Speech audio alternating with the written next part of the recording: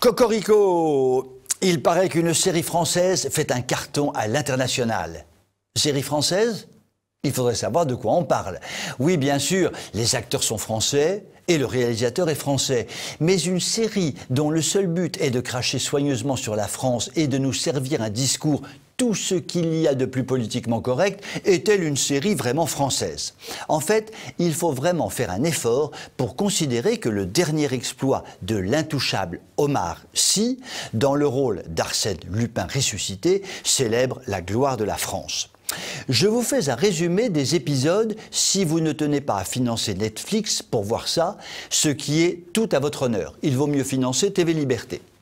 Assane Diop, français bien franchouillard comme son nom l'indique, cambrioleur vaguement gentleman, décide de venger son père, victime d'une terrible injustice. Pour ce faire, il se glisse dans la peau de son héros favori, Arsène Lupin. Nous haletons. C'est quoi cette terrible injustice? Bien sûr, il ne peut s'agir que d'une injustice à caractère raciste. Et à partir de là, la série va enfiler toutes les perles possibles et imaginables de la bien-pensance, à tel point que c'en est presque comique, mais il paraît que c'est de l'art. La critique internationale a jugé « Ce Lupin turlupin revisité est un chef-d'œuvre ». Je rajouterai un chef-d'œuvre dans l'accumulation de clichés consternants. Donc, le pauvre papa du pauvre Hassan Bienchenou a été victime d'un méchant, forcément riche et forcément blanc. Pas de suspense de ce côté-là. Et quand il était petit, le pauvre Hassan était harcelé à l'école par de méchants blancs, évidemment riches, qui voulaient lui piquer ses affaires. Le genre de choses qui arrivent tout le temps, bien sûr. Dans la nouvelle série Lupin, tous les hommes sont méchants quand ils sont vraiment blancs. Tiens, tous les hommes sont méchants quand ils sont vraiment blancs. Chouette, ça rime, ça fait poésie.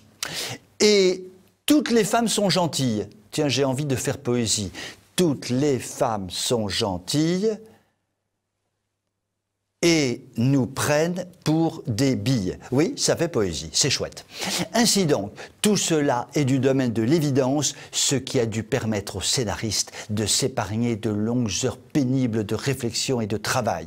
Et donc, Omar Turlupin ne se contente pas de participer à des enquêtes policières, il se bat contre l'injustice et le racisme à lui tout seul. Je suis sûr qu'il a un portrait de Joe Biden encadré dans son salon. L'intrigue de cette série géniale est réduite à peu près à zéro et nous offre un règlement de compte racialiste minable, mais cela suffit à faire grimper les critiques au 7e ciel et à crier au génie. Omar Sy, c'est la France qu'on aime, incarnée par un artiste qui se garde bien de payer le moindre centime au fisc gaulois et qui vit bien à l'abri planqué dans une villa sécurisée près de Los Angeles, pour ne pas avoir à craindre une putative insécurité sur notre sol.